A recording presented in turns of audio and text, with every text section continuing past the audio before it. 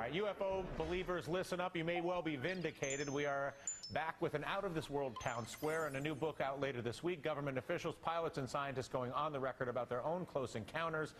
Michio Kaku, professor of physics at CUNY University and host of Sci-Fi Science on the Science Channel, got to read the book early, and he joins us with a review. Quite simply, Professor, do unidentified flying objects without question exist? 95% of all UFO sightings can be immediately identified as the planet Venus, weather balloons, weather anomalies, swamp gas, you name it, we've got it nailed. It's the 5% that give you the willies.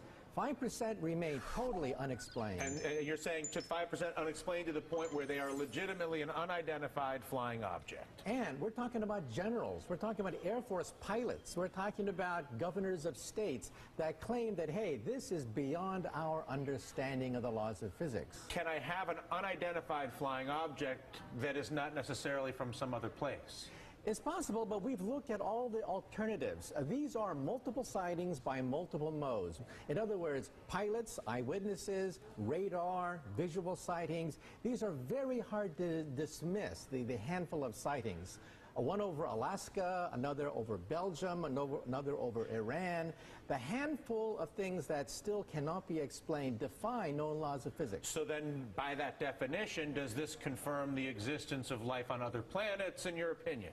I wouldn't go that far. We need alien DNA or an alien chip. That would nail it to the wall right there. We don't have that. We don't have the smoking gun. But this book is as close as you're going to get to the smoking gun. We're talking about senior military officials who were involved in the investigations of these incidents saying we are clueless. If you were to look at those who argue, well, hang on, there's no way that they could get here from some other planet, that the technology doesn't exist, the stars are too far away, you rebut that sort of thinking with what?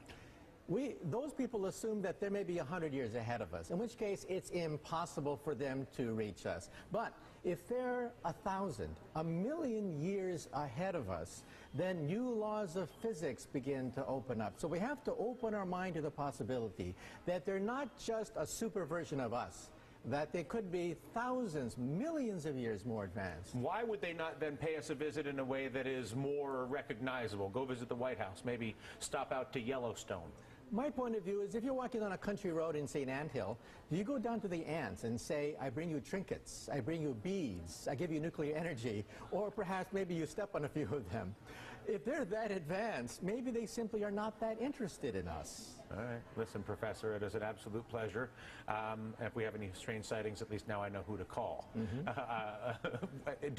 Before I let you go, do you teach on this subject at the university? On UFOs I mentioned it when I teach astronomy. Also in Sci-Fi Science, we have a whole episode about what kinds of physics could open up in the next 1,000, next million years. They could let us travel a few million miles at a time. New kinds of physics on the Science Channel. Very cool. Listen, a pleasure. That does it for us. I'm Dylan Radigan. Hardball's up right now.